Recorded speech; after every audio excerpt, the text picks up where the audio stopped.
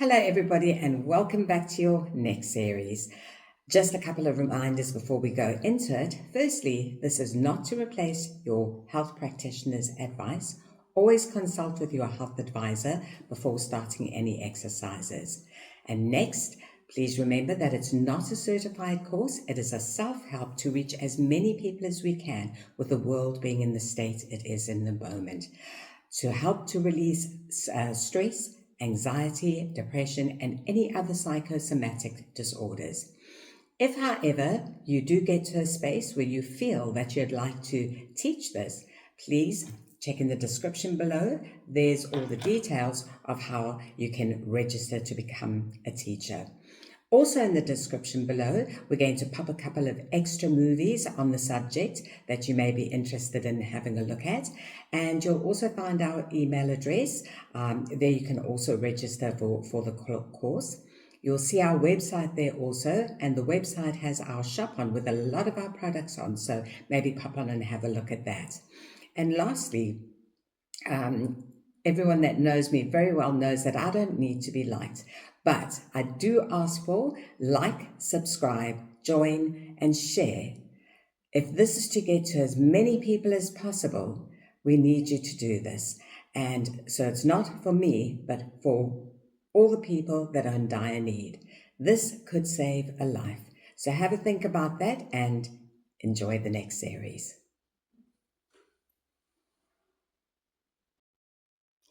So welcome back to your next series, and I hope you had time to go through the previous one. Quite a huge big subject, very eye-opening, and as some people may say, mind-blowing. And yes, it is. We had a look at the mind, we had a look at the conscious, we had a look at the subconscious. We realized why it's so important to clear out the subconscious mind from the old programs, and how that is a way that can take us to having a different outlook on life. The techniques that we're going to be using are the techniques that help us to do that, and we are going into those shortly. We looked at the unconscious mind, which is your very, very important mind where lots of wisdom and knowledge lies, and it's wisdom and knowledge beyond the wisdom and knowledge of we know in the physical world. This is where light bulb moments happen. Great inventors actually tapped into this part of the mind to create things that they had a passion to do, and we are able to do that ourselves. Now remember that if we look at the energy field of love, this is all an illusion. It is a experiment on behalf of Creator experiencing itself in different forms. That to me means that each one of us, the drop in the ocean, has our own purpose, our own gifts that we have that we need to bring forward to the world.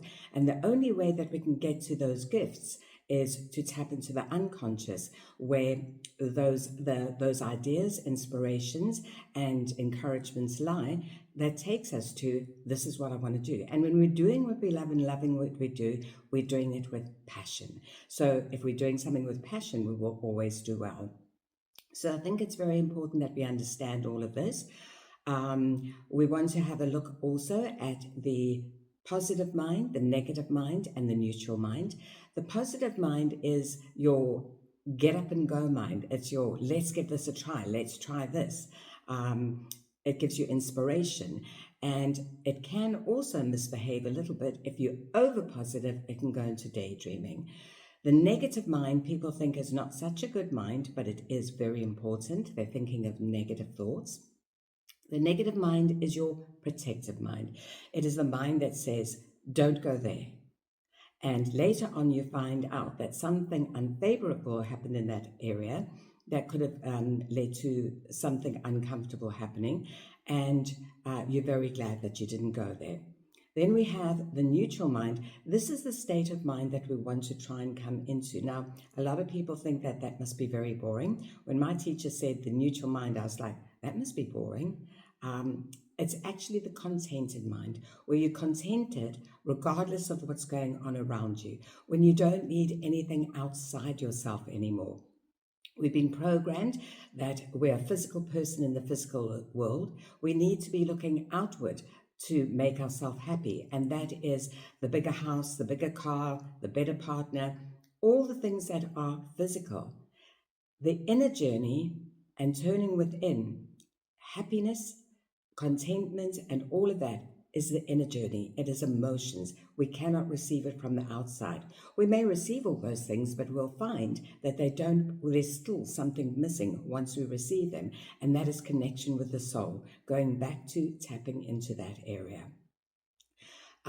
In the neutral mind, we're living from balance. Everything in life is about balance, and that is what we're trying to attain. We have to understand that we are not only physical, but we are also universal soul, and it's about balance between both of those. Now, we now come to a very beautiful space where we have to understand that we need to take responsibility for our life. What we think, what we feel, what we say is what we're creating.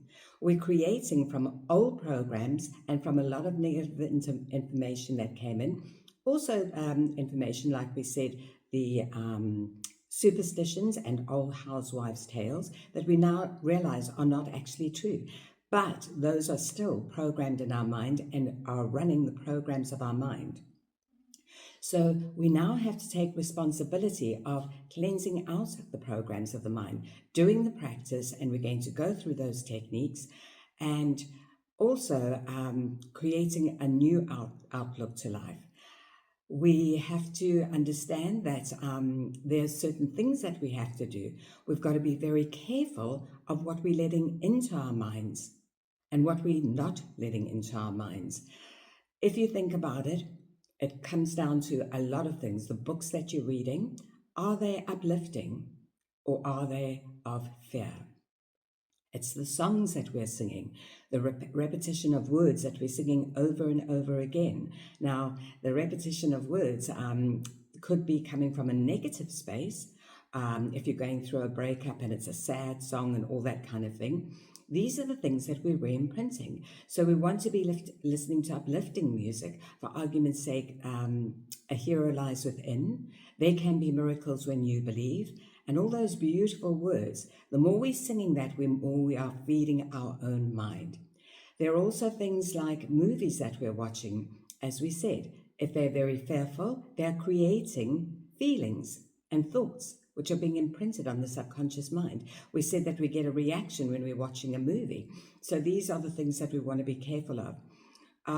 Also, going back a moment is to little children. They're all sitting on their cell phones playing their games. While they're playing those games, they are going into one-pointed awareness, mindfulness, they call it today, okay, where the conscious mind withdraws, the subconscious comes forward, and whatever's being played is going into the subconscious. Now, there's a lot of violent games out there also, and then we wonder why we've got the issues that we have in the schools, the shootings, the stabbings, and all that kind of thing. Is it not coming from the programs going into the subconscious mind from the games that they're playing? This is why it's so important to be very aware of what we're taking in. You now have the awareness. You've looked at the subconscious mind. You've got an understanding of it. So it's easier to work with it now. And again, we'll go through those techniques. It's easier to work with it now, along to make sure of what we're letting in and what we're not letting in. There's a whole lot of other things that happens. I mean, in the songs that we were talking about, the musical notes have a vibration. The words have a vibration. The instruments have a vibration that will be played in the background. We have to be aware of if they are higher vibration or lower vibration, because we only want to let in higher vibration. We have to look at things like crystals are higher vibration. That's been proven. A lot of people that work with crystals know that if they're wearing specific crystals, they enhance certain emotions of happiness and peace and calmness and all that kind of thing. There are colors that also have vibration in them. And we said the food for the energy body is prana, which is energy, vital energy, and vibration. Vibration is also energy. So we'll be looking into all of those things. The next thing that we come to is Yes, understanding the movies that we're watching, the books that we're reading, the songs that we're singing, everything around us. In fact, everything in the media. There is great media. There's also some rocking media, and some of it is also just a load of nonsense. Again, we have to be using our discernment, feeling which works for us or not, and whatever's uplifting, even if it is a reading of cards, for say, for argument's sake. Some people are open to that, and it depends on what the person's saying. If they keep saying doom and gloom, remember you're accepting that into your mind. You are creating that. So rather listen to uplifting if you're going to listen to card readings or things like that. Make sure it's uplifting, because that's what you're allowing into your subconscious mind. In fact, rather take time to meditate and get access to your unconscious mind to get your own inspiration and guidance. So from here on, we're going to be going into, normally I would go into the physical body, and I'm not going to touch too much on that, because that's more for the teacher's training. And but it's very important to understand the physical body, because it is our gross body, our densest body. We need to understand the different parts and where they are situated, because we need to relate back to different parts in our energy body. In the beginning, I said, whatever part we have in the physical body, there is a part in the energy body. And in the energy body, there is an emotion that relates back to that physical part of the body. We said that when you're eating physical food, you are digesting the food. It's going through the digestive system. Now remember, the energy body is not physical, so it has to have a different digestive system. And the digestive system for that is the imagination. What we're thinking, what we're seeing, the pictures that we're seeing, and the feelings that we're creating is vibration. And it's going through the imagination in the pictures that we're seeing, creating the feeling to feed the energy body. So we'll be going into a lot of the other parts of it, and other parts of the body, which, as I said, are the chakras. And the chakras are the home where the emotions reside. Different emotions reside. And we're going to be going through which part of life, which emotions reside in that area, and what part of the physical body it could affect if it is a psychosomatic disorder. And that's why we need to understand the physical body quite well. However, as I mentioned, we probably have done biology in school and things like that. So we've got kind of an awareness, and we can always look that up. So let's move on to the anatomy of the non-physical body, the kosher bodies. And the kosher bodies we've spoken a little bit about are sheets or layers of ourself. The physical body is the first one, and then we have layer upon layer upon layer. Anamaya kosha is the physical body, and its exercise would be asana, posture work.